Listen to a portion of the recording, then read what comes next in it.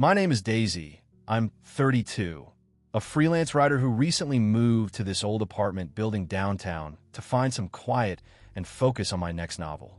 The rent was cheap, and I thought the solitude would help me concentrate. Tonight, the air is unnervingly still, the kind of silence that feels heavy. The dim, flickering hallway light casts long shadows on the peeling wallpaper, and a faint scent of damp plaster lingers in the stale air. Outside, the city hum is distant, almost absent, swallowed by the thick night. I keep hearing a soft creak, like a floorboard settling, but every time I check, the hallway is empty. The faint hum of the radiator is absent too. It's as if the building itself is holding its breath. I glance at the old mirror near the stairs and catch a glimpse of something behind me. But when I turn, there's nothing there. Maybe it's just my imagination or the exhaustion playing tricks. Still, I can't shake this feeling of being watched, as if the building is aware, waiting. I pause by my door, hesitating, wondering if I should investigate the source of the sound or just retreat to my room.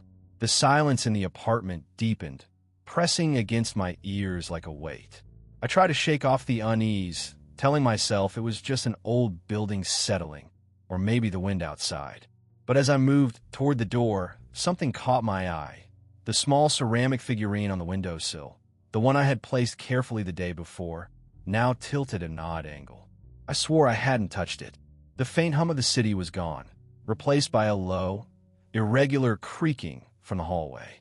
It wasn't random, almost felt like a slow, deliberate rhythm, like footsteps pacing just beyond the cracked door. I held my breath and stepped closer, my heart pounding in my chest.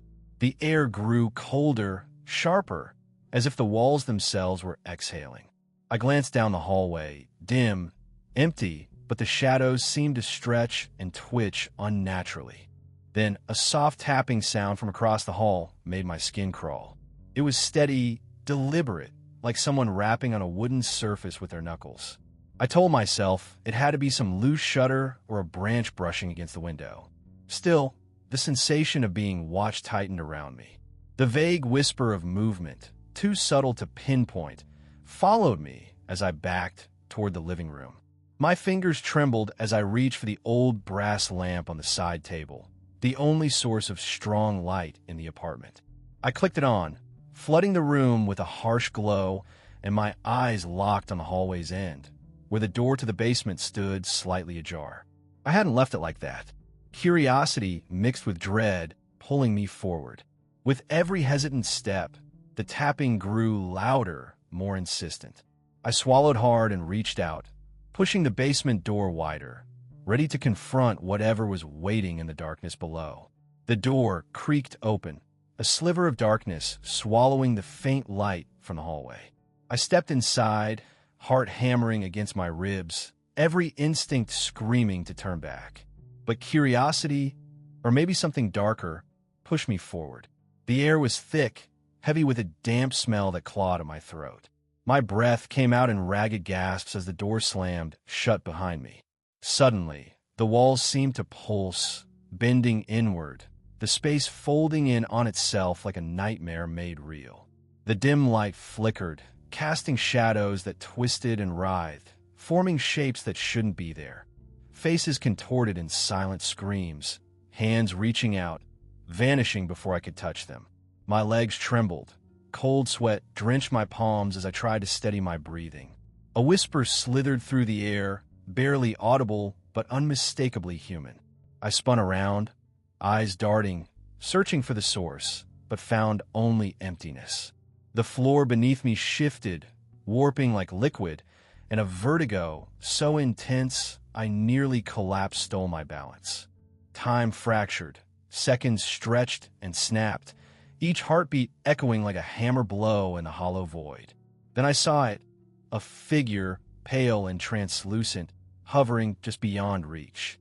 Its eyes, hollow and dark, locked onto mine, pulling me into a void where logic dissolved. Panic surged, but my voice was swallowed, trapped behind a wall of silent terror. I stumbled backward, desperate for the door, but the walls closed in, corridors twisting impossibly, trapping me in a labyrinth with no exit. My mind shattered into fragments of fear and confusion. The stifling cold pressed in from all sides, and the whispers grew louder, circling, circling. I was alone, yet not alone. Something was here with me, waiting, watching, moving closer. I clawed at the empty air, but escape was slipping further away. Trapped in the darkness, the building breathed around me, and I knew I was not safe. The worst was yet to come.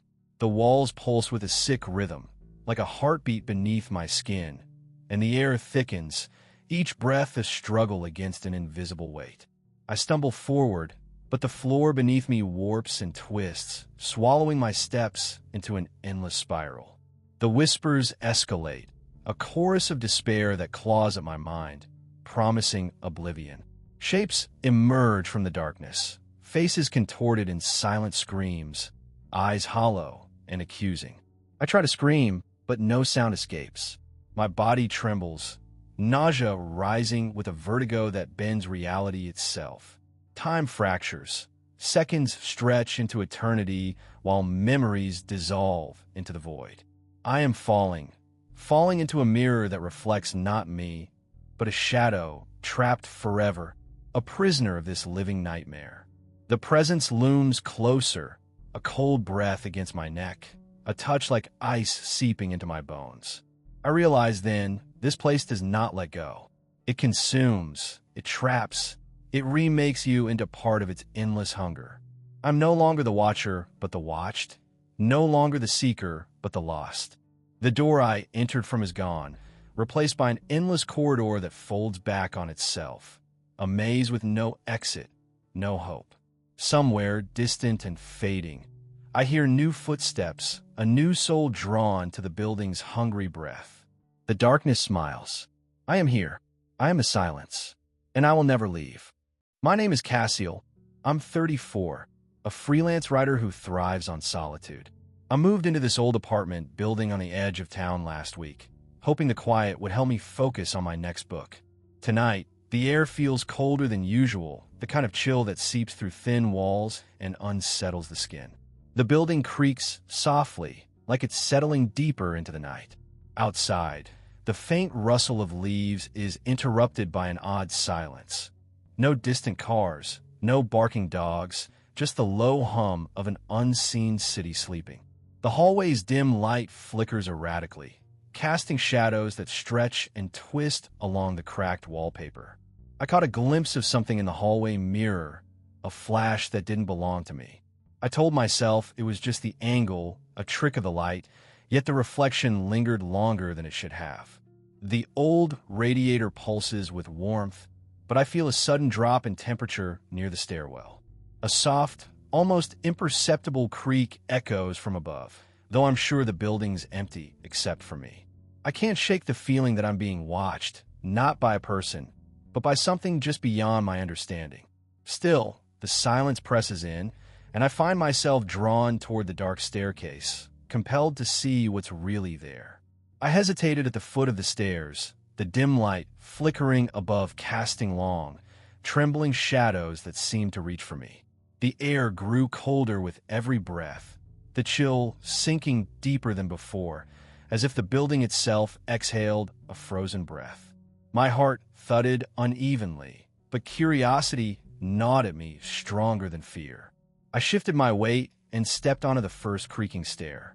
The silence around me felt suddenly alive, thick with expectation. My ears caught the faintest scrape above, a subtle, irregular rhythm, like nails dragging lightly across wood. It was too deliberate to be the building's settling. I strained to listen, but when I paused, the sound stopped, replaced by a low, distant hum that seemed to pulse just beyond hearing. My skin prickled, the sensation of unseen eyes trailing my every move. I reached the landing, and something caught my eye, a small, weathered photograph lying on the floor, edges curled and faded. I didn't remember seeing it before. Picking it up, I noticed the image was of this very staircase, but the figures in the background were blurred, indistinct like shadows caught in a moment. A shiver ran down my spine as I realized the photo was dated decades ago. How had it ended up here? Suddenly, The corridor behind me felt narrower, the peeling wallpaper seeming to close in. A subtle draft brushed past, carrying a faint whisper I couldn't quite decipher. My breath hitched, and against every instinct screaming at me to retreat, I moved forward, drawn toward a faint glow spilling from beneath a door at the end of the hall. The light was soft, almost inviting, but the weight in my chest told me this was no ordinary room.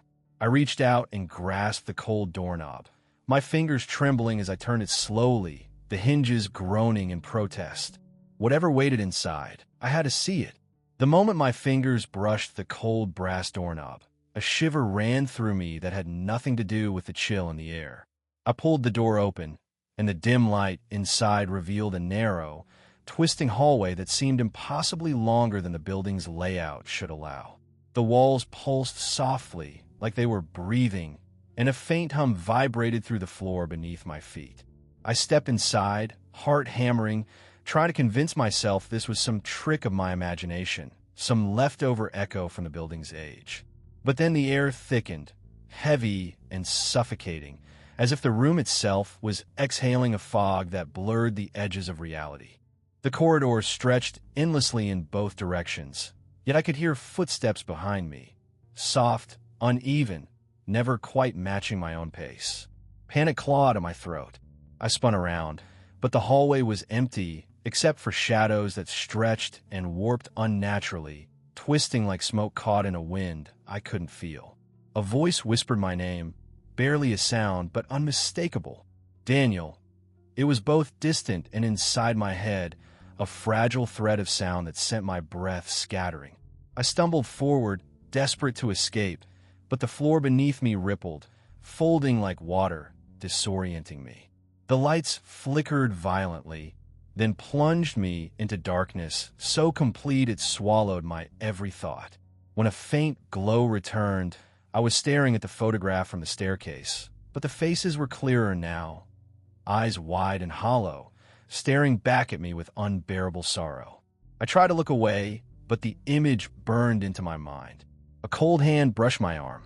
I yelped and spun, but found only empty air. The walls began to close in, the corridor twisting and folding, trapping me in a maze with no exit. The whispers grew louder, urgent and accusing, echoing off the shifting walls. My breath came in ragged gasps, sweat slicking my skin as a crushing weight pressed down on my chest. I was utterly alone, and whatever was here with me wasn't just watching anymore. It was coming closer. The walls pulse, breathing with a sick rhythm that matches the pounding in my skull. Every step I take twists the corridor, folding space around me until directions lose meaning. Left becomes right, up becomes down, and the floor beneath me ripples like water.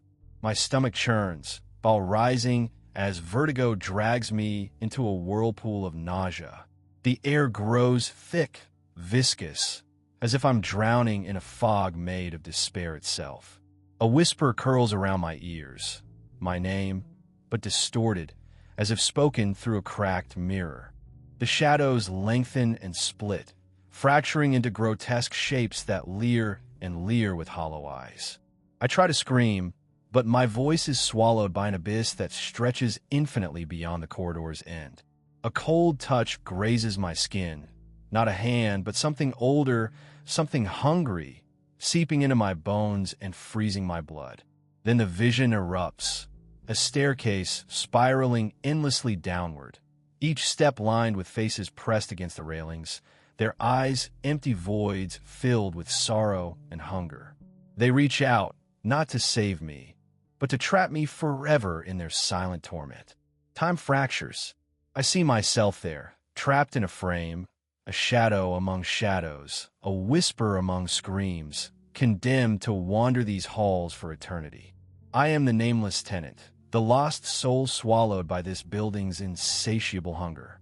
The walls close in, the fog thickens, and the corridor folds again, erasing all escape. The last thing I feel is the cold tendril wrapping around my mind, pulling me deeper into the darkness beyond memory and hope. The door behind me clicks shut. No one will find me here. No one will hear me scream. And the building waits. If you've made it this far, Thank you for walking with us into the heart of darkness. If these stories sent chills down your spine, don't forget to leave a like. It helps us keep bringing you echoes of the unknown. Tell us in the comments, which story disturbed you the most or left you wanting more? And of course, if you haven't already, subscribe to the channel and turn on notifications. Because next time, it might be your story we tell.